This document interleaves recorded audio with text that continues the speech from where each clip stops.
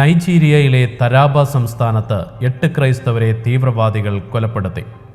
ക്രിസ്ത്യാനികളുടെ വീടുകളിൽ ഭൂരിഭാഗവും ഭീകരർ തകർത്തതായി പ്രദേശവാസിയായ ലാമി ജോൺ പറഞ്ഞു. അക്രമികൾ കണ്ണിൽ കാണുന്നവരെയൊക്കെ വെടിവെച്ചു കൊല്ലുകയും വീടുകൾക്ക് തീയിടുകയും ചെയ്യുന്നതിനാൽ ആക്രമണത്തിനിരയായ ജോൺ തൻ്റെ ഗ്രാമത്തിൽ നിന്നും പലായനം ചെയ്യുകയായിരുന്നു. ഭൂരിപക്ഷം ക്രിസ്ത്യൻ കർഷകർക്കും അവരുടെ കൃഷിയിടങ്ങളിൽ പോയി വിളവെടുക്കാൻ കഴിയുന്നില്ല. കാരണം ആ ഭീകരർ കുറ്റിക്കാട്ടിൽ ഒളിച്ചിരുന്ന ഫാമുകളിൽ ജോലി ചെയ്യുന്ന ക്രിസ്ത്യാനികളെ കൊലപ്പെടുത്തുകയാണ്.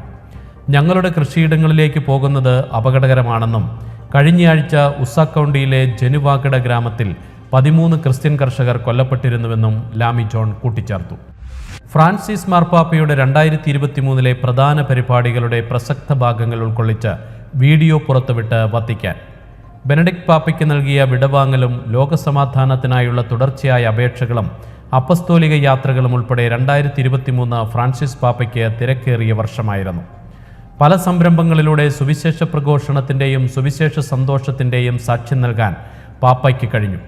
ഇറ്റലിക്ക് പുറത്ത് 6 യാത്രകൾക്കാണ് മാർപ്പാപ്പ 2023 പദ്ധതിയിട്ടിരുന്നത്. എന്നാൽ അനാരോഗ്യം കാരണം ഡിസംബറിൽ നടത്താനിരുന്ന കോപ്പ് ഉച്ചകോടിക്കായുള്ള ദുബായ് യാത്ര ഡോക്ടർമാരുടെ നിർദ്ദേശത്തെ തുടർന്ന് പാപ്പ റദ്ദാക്കിയിരുന്നു. ലോകത്തിൻ്റെ വിവിധ ഭാഗങ്ങളിൽ നടന്ന യുദ്ധങ്ങളുടെ പശ്ചാത്തലത്തിൽ മാർപ്പാപ്പ സമാധാനത്തിനായി നിരന്തരം ആഹ്വാനം നടത്തിയിരുന്നു. KCYM സംസ്ഥാന സമിതിയുടെ ആഭിമുഖ്യത്തിൽ കാഞ്ഞിരപ്പള്ളി രൂപതയുടെ ആതിഥേയത്വത്തിൽ സംഘടിപ്പിച്ച ഉത്സവ് 2023 സംസ്ഥാന കലോത്സവത്തിൽ നെയ്യാറ്റിൻകര രൂപത ഓവറോൾ ചാമ്പ്യൻഷിപ്പ് കരസ്ഥമാക്കി. ഇടുക്കി രൂപത ഫസ്റ്റ് റണ്ണറപ്പും മാനന്തവാടി രൂപത സെക്കൻഡ് റണ്ണറപ്പുമായി. കുട്ടിക്കാനം മരിയൻ കോളേജിൽ നടന്ന കലോത്സവം സെബാസ്റ്റ്യൻ കുളത്തുങ്കൽ MLA ഉദ്ഘാടനം ചെയ്തു. KCYM സംസ്ഥാന പ്രസിഡന്റ് ഷാരോൺ കെ റെജി അധ്യക്ഷത വഹിച്ചു. ലോകത്തിന്റെ വിവിധ കോണുകളിൽ ക്രൈസ്തവർ തുടർച്ചയായ പീഡനങ്ങൾ നേരിട്ടുകൊണ്ടിരിക്കുകയാണ്. കഴിഞ്ഞ 3 ദശാബ്ദക്കാലത്തെ കണക്കെടുത്താൽ ക്രൈസ്തവർ ഏറ്റവും ഭീകരമായ രീതിയിൽ പീഡിപ്പിക്കപ്പെടുന്ന രാജ്യങ്ങളിൽ പ്രധാനപ്പെട്ടവയാണ് ഉത്തര Korea, Somalia, Yemen, Eritrea, Libya, Nigeria, Pakistan, Iran, Sudan, India എന്നിവിടങ്ങൾ. അതിൽ തന്നെ നൈജീരിയ, ലിബിയ, മൊസാംബിക്, നിക്കരാഗ്വ എന്നിവിടങ്ങളിലാണ് ക്രിസ്ത്യാനികൾക്കെതിരെ അതിഭീകരമായ പീഡനങ്ങൾ നടക്കുന്നത്.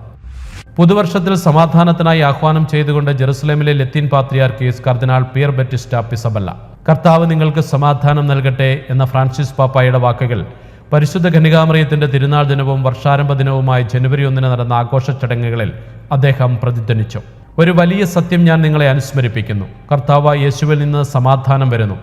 യേശു തൻ്റെ കാലത്തെ സാമൂഹികവും രാഷ്ട്രീയവുമായ പ്രശ്നങ്ങളൊന്നും പരിഹരിച്ചില്ലെങ്കിലും അവനൊരു പാത എല്ലാവർക്കുമായി വെളിപ്പെടുത്തി.